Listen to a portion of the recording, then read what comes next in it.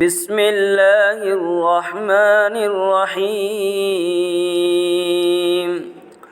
واللیل اذا یغشی والنہار اذا تجلی وما خلق الذکر والانثى ان سعیکم لشتی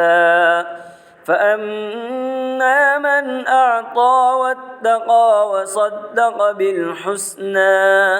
فسنيسره لليسرى وأما من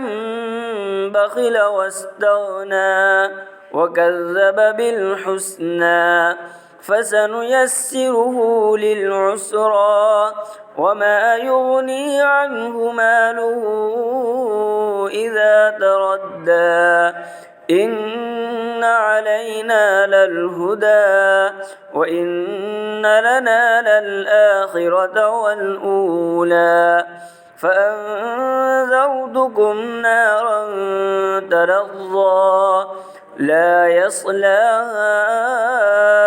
إلا الأشقى الذي كذب وتولى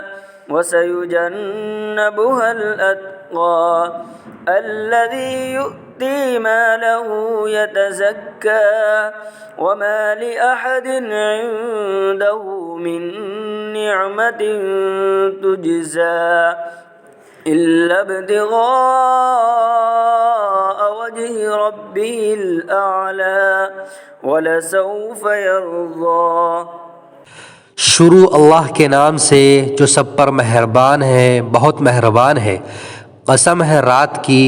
جب وہ چھا جائے اور دن کی جب اس کا اجالا پھیل جائے، اور اس ذات کی جس نے نر اور مادہ کو پیدا کیا کہ حقیقت میں تم لوگوں کی کوششیں الگ الگ قسم کی ہیں۔ اب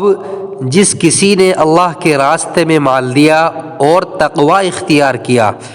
اور سب سے اچھی بات کو دل سے مانا،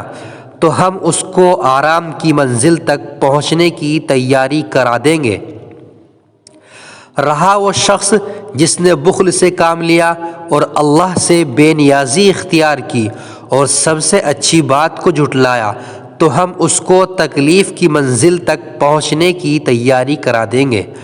اور جب ایسا شخص تباہی کے گڑھے میں گرے گا تو اس کا مال اس کے کچھ کام نہیں آئے گا۔ یہ سچ ہے کہ راستہ بتلا دینا ہمارے ذمے ہے، اور یہ بھی سچ ہے کہ آخرت اور دنیا دونوں ہمارے قبضے میں ہیں۔ لہٰذا میں نے تمہیں ایک بھڑکتی ہوئی آگ سے خبردار کر دیا ہے۔